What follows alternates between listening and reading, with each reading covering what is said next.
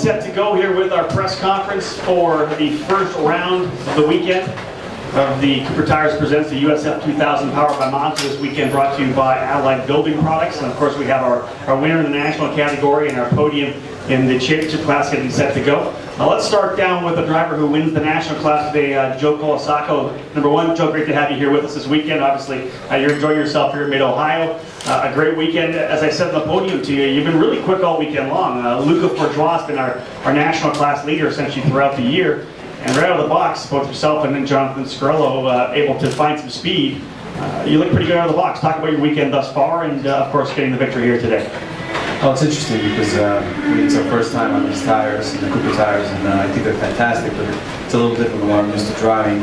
So it took a while to get, I thought, up to speed for myself, but then I noticed how everyone else, we were in the field.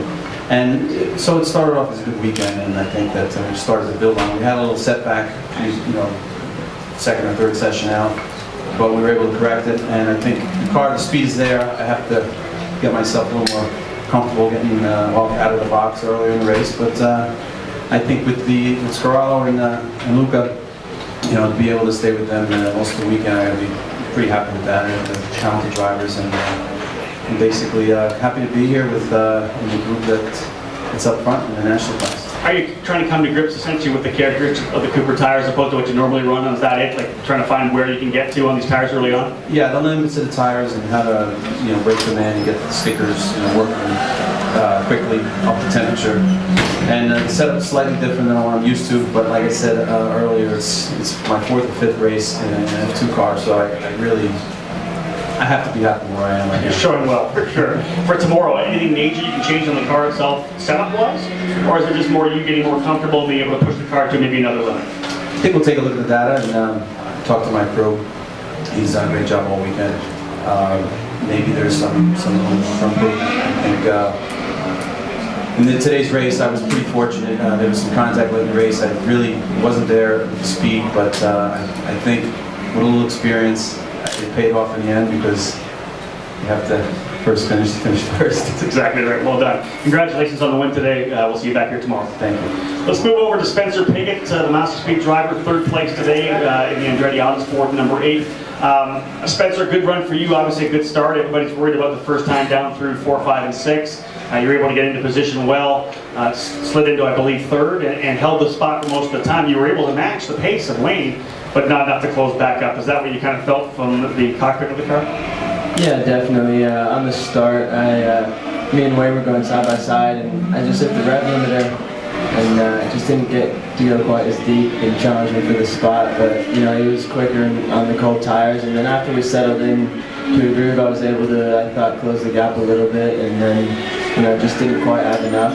But I think we start second tomorrow, so it's another step up, and just got to keep working with the team. They've done great so far. They're making improvements every session. So. I was going to just ask you that. The kind of weekend flow as it's been, have you been getting quicker? Do you feel like everything's just going in the right direction? You haven't had many setbacks, but the car just gets quicker? Yeah, we definitely haven't had any setbacks. We're still just chasing these guys, trying to just improve the car, improve my driving, and it's been tough. We've been looking over a lot of data, a lot of long nights in the engineering room, but it's a lot of effort, so hopefully it'll pay off tomorrow.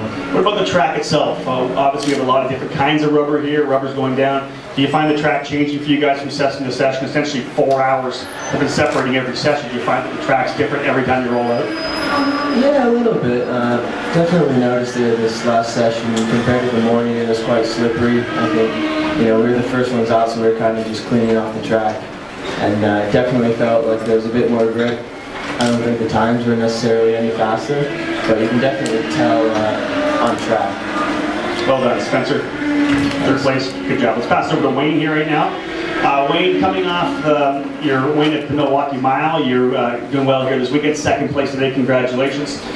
You must feel that the whole Bilardi team's stepping up. Obviously a brand new team here this year. Out of the box, a bit of a struggle getting things up to speed, but now you guys are hitting on all cylinders, I think. Yeah, definitely. I mean, I can't thank Bilardi all the racing enough. Like from where we were at the start of the year to where we are now, the team's just come on leaps and bounds, and we've been just going through data, looking at video, just trying to work out how to get the car faster. We haven't done any testing. We didn't do the 2 days here a few months ago either, so we're coming to the race pretty behind these guys, but we put our head down and really pushed, and from where we were at the sort of start of testing on Thursday to where we got to qualify, just showed how hard the guys worked back at the awning to try and get the car better. So can't think of enough, but still not close enough to Petra as we want. The next question will be, obviously, do you think you guys have more in it? Because you guys didn't test, and because essentially your learning curve has been so steep here this weekend, do you feel there's still another major notch that you guys can get here this weekend after you go over the data, of course, for today's race? I hope so. I felt the car was very different. Like the track changed a lot between first session and the race. Like the IndyCar rubber kind of changed a little bit, and the LMS rubber. So it's hard to know what to do with the car for each session because of that. But I think we'll go back to the laptop and have a look and see where we can try and improve on tomorrow. The track itself, your feeling on running Mid-Ohio, I know it's one of my favorites. How about yourself? Yeah, I like it. It's, I wouldn't say it's my favorite track, but it is a very good track. There's parts that are like pretty cool. There's like a lot of like hills and stuff, which a lot of the tracks in America that I've been to so far aren't really like that. So it's a bit different. Well done. Second place today. Good job, and good luck tomorrow. Thank you. Let's move the mic over to our winner here right now, our first three-time winner of the year, Petri Savanto for Cape Motorsports. Petri, congratulations on a great run today. Obviously, you've been fast throughout the weekend, put the car on the pole. Maximum points, being able to get the fast lap today as well, and the victory. Tell me about your thoughts the last couple of laps when you realized you had another victory in the books. Well, obviously, we all noticed that we hit the back markers, and I kind of remembered the situation in ORP, what happened to Luke Ellery, so I was a bit nervous going into that situation, but as I was able to clear from that situation, I felt confident and to bring the car home on P1. When you did close up that slower car in your mind, when you're trying to figure out where you wanted to pass, because obviously I think you took about 2 seconds. I think you had about a 4.5 second lead at one point, all the way down to probably 2.5 once you were able to clear the lap car. Can you take a little more time remembering what happened to Luke at the race in Indy? Yes, and I hit the back markers in a difficult spot. I hit them right in the middle of the track, which is the area where it's really difficult to pass. So that was the main reason when I believe Wayne was able to get past it more easily. We talked to a lot of guys a lot. You can ask this question, maybe some other guys will bring it up, but the first 4 or 5 laps, it looked like the cars were really loose out there. Was the track a little greasy out of the box with the new tires possibly? Was the track slippery for you? Was the car loose over the first couple of laps? I don't believe so. I think the main reason is that the track changed a lot. So all the drivers and other drivers are still adjusting the style and lines for this track condition. And so I believe that was the main reason. And I think that I was able to adjust quite quickly, and that was one of the keys for today. True enough. Now on the podium, you did say that Mid-Ohio is now your favorite track. Did you enjoy running here? Yes, the first time I came here, I knew that this is my type of track. So I've been enjoying this weekend a lot.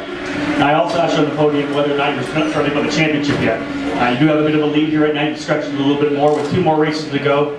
Do you think you're going to change your approach to the race at all? Or are you going to be maybe a little more conservative, knowing you have a bit of a gap and a second or a third place finish still maybe good enough to give you the championship? Or is it the same focus, try to win every race? I believe it's a matter of balance and a matter of situation. You have to analyze every situation when you can take a risk and when you can. So obviously sometimes you might have to be conservative, for example in the starts, but sometimes you have to be aggressive to make it. Sometimes it's safer to be aggressive. Sure enough, well done, congratulations. Any questions from the floor here right now? We'll start with Patrick. Capes have always been very good right out of the box here. What do you think that is? You know, they've given you a good set of doors, but what do you think is the key that makes you so quick right out of the box at this track? Well, I believe they are really good with communicating with drivers. So they analyze the feedback I give, and normally we always go the right direction. So I believe that's the main thing what we have found this weekend and a few months back here. I have a question for everybody. There you go. Alex, got one for everybody here.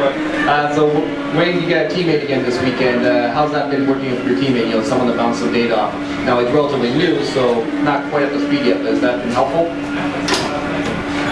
Yeah, definitely. I mean, like having no teammate for the last couple of rounds has been pretty difficult. Like for likes of testing, like you'd say one car are completely different to the other just to see how they react. So we were able to do that this weekend, which is definitely a big help. And there's also, you know, there's places on the track where I'm a little bit slower than he is, and I'm quicker, you know, in other places. So it's good to learn off each other as well. And also because he's very little experience in a car as well, so we can sort of help him out as well. Cool. Spencer, we talked about the championship very briefly there. It's starting to stretch out.